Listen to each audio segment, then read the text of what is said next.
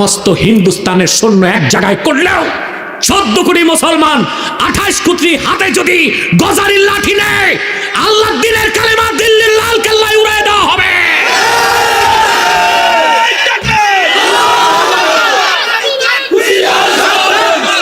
মমতা ব্যানার্জি বাংলাদেশের স্বাধীনতার বিরুদ্ধে যে বক্তব্য দিয়েছে, 24 ঘন্টার মধ্যে পররাষ্ট্র উপদেষ্টাকে ভারতের রাষ্ট্রদূতকে তলব করে শোকজ করতে হবে, নতুবা বাংলাদেশের মানুষ ভারতের যে দূতাবাস আছে তা ঘেরাও করবে, প্রত্যেকটা ইটকে আলাদা করে দিবে বাংলাদেশের মুসলমান। মজবুত থাকুন, আলেম ওলামা ডাক দিলেই ঝাঁপিয়ে পড়বেন ইনশাআল্লাহ। বর্তমান সরকারকে 3টা পরামর্শ দিব, যে 3টা নীতি তারা বাস্তবায়ন করে হিন্দুস্তান বাংলাদেশের নাম শুনলে হরে রাম করতে করতে পানি খাবে। সম্মানিত সুধী, আমি আপনাদেরকে একটা ভয়ঙ্কর সংবাদ শোনাচ্ছি। পশ্চিম বাংলার মুখ্যমন্ত্রী মমতা ব্যানার্জি, এই নষ্টা ভ্রষ্টা মহিলাটি ভারতের প্রধানমন্ত্রী মুসলমানদের রক্তে যার হাত রঞ্জিত সন্ত্রাসী খুনি মোদীকে বলেছে বাংলাদেশে শান্তি রক্ষী বাহিনী পাঠাতে। একটা স্বাধীন দেশে ভারতের প্রধানমন্ত্রীকে সে দেশেরই কোনো এক মুখ্যমন্ত্রী যদি বলে শান্তিরক্ষী বাহিনী পাঠাতে, তাহলে বোঝা যায় তারা আমাদের স্বাধীনতায় হস্তক্ষেপ করতে চায়। আমরা যে আশঙ্কা করে আসছি তা কি মিথ্যা?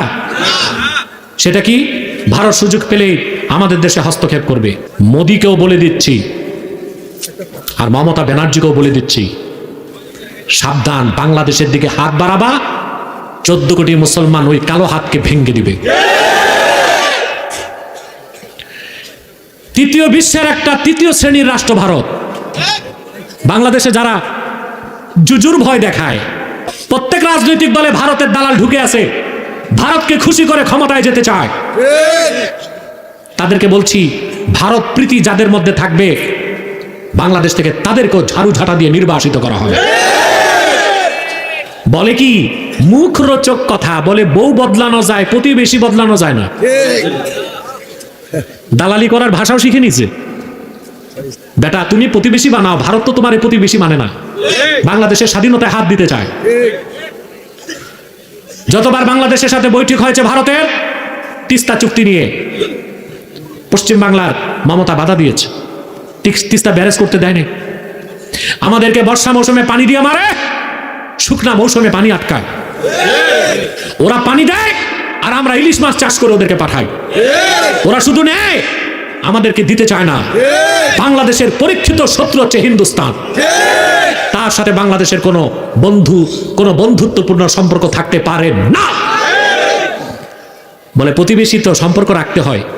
উত্তর কোরিয়ার পাশে দক্ষিণ কোরিয়া, উত্তর কোরিয়ার নিকট প্রতিবেশী দক্ষিণ কোরিয়া। আপনারা জানেন দক্ষিণ কোরিয়া থেকে মানুষ তো দূরে থাক, একটা বিড়ালও উত্তর কোরিয়ায় ঢুকতে পারে না। ওরা প্রতিবেশী বুঝে না। আমেরিকার নিকট প্রতিবেশী মেক্সিকো, আমেরিকা মোটা কাঁটাতারের বেড়া দিয়ে মেক্সিকো আলাদা করে রাখছে, প্রতিবেশী সম্পর্ক নাই, কারণ শত্রু তো শত্রুই। ভারত কাঁটাতারের বেড়া দিয়ে আমাদের দেশের লোক যাইতে দেয় না, কিন্তু ওদের দেশের চোর চামার আর ফেন্সিডিল ব্যবসায়ীকে ঢুকায়। ফারাক্কায় বাদ দিয়া পানি দিয়ে আমাদেরকে কষ্ট দেয়, ভেজাল ওষুধ পাঠায় আমার দেশের মানুষগুলোকে হত্যা করে। বাংলাদেশের 16 বছর যারা নির্যাতন করেছে তাদেরকে হিন্দুস্তান সহযোগিতা করেছে। এদেশের আলেম ওলামার উপর যত নির্যাতন নিপীড়ন হয়েছে ভারতের পরামর্শ হয়েছে।